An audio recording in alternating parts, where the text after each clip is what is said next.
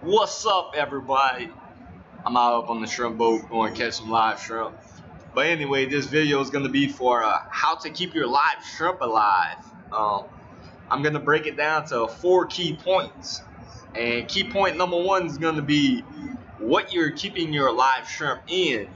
Key point number 2 is going to be how you're keeping oxygen or putting oxygen back in the water. Key point number 3 is going to be temperature of your water. Key point number 4 is going to be how much shrimp can you put in your live well. So by those key points, I'm going to break it down further into detail for you. With key point number 1 is what you're keeping your live shrimp in. It could be a box like an ice chest. It could be a cylinder like a 5-gallon bucket. The size or the style really doesn't matter. Then color. What color is your live well? The inside, not the outside, the inside. Most live wells that you buy these days is normally white. You do not want a white color live well. You want a dark color live well. Then the lid. You need to have a lid on your live well. And the reason being behind that is for the sunlight, to control the sunlight so you do not get direct sunlight into your live well. Next thing you're going to want to do is have a live well that is insulated. Most people use ice chests. There is some live wells that they're out there that you could purchase that's insulated. You want to keep the water temperature cool. Then a type of divider or mesh or something that you put in the live well for your live shrimp to hold on to.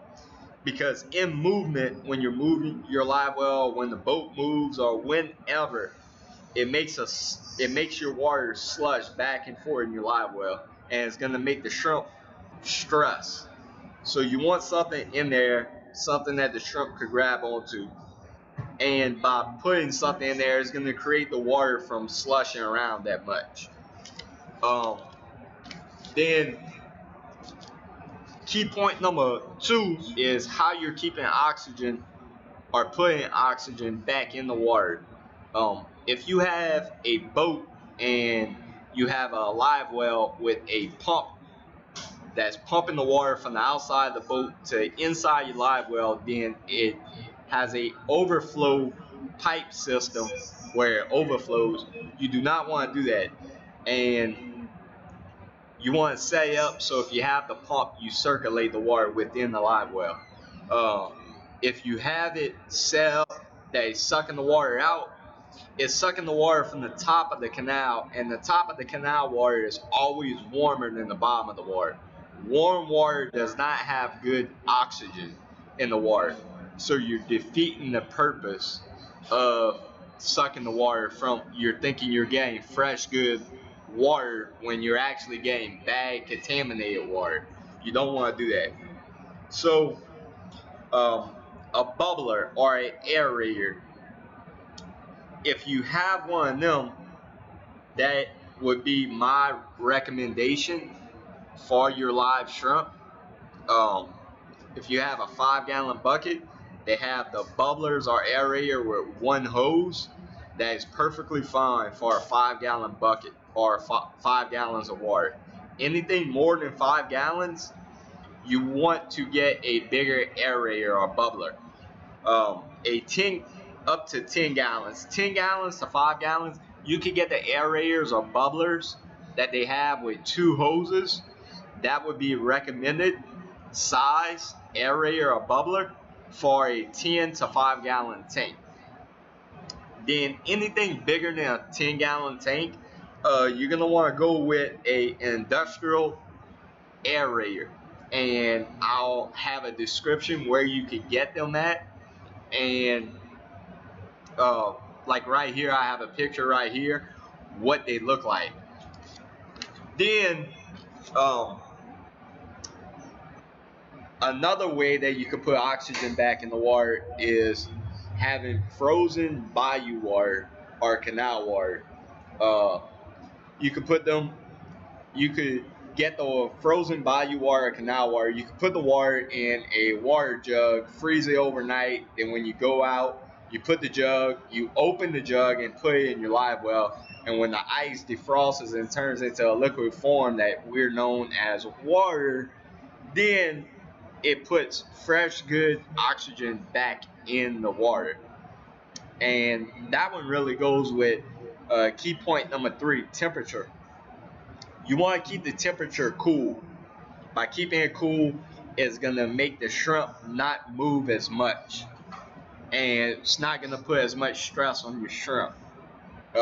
So like I said, get some bayou or canal water, put it in a container, freeze it overnight, then put it in your live well and let it defrost. Temperature wise, you do not want to make it colder than 15 degrees than what the canal water is. So kind of you can buy a temperature strip or a temperature gun and kind of see what your temperature is if you want to go into that detail with. Then key point number 4 is going to be how much live shrimp can you put in your live well. If you have a 5-gallon bucket, that's 5 gallons. So you can have 50 live shrimp.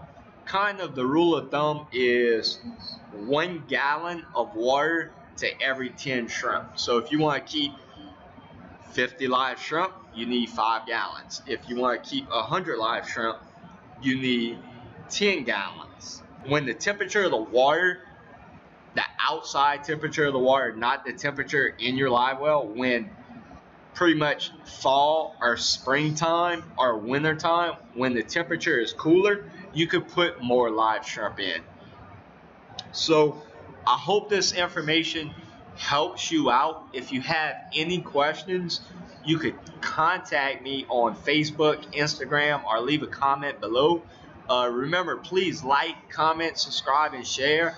If y'all want to see, or if y'all want to know any more about how to keep live shrimp alive, or how to keep your minnows alive, or any other videos pertaining to live bait, let me know. Comment, let me know. And if I didn't do a good job on this video, let me know too so I can improve. Hope y'all like it. Please like, comment, subscribe, and share. Thanks. Have a good one. Catch some fish, man. Later.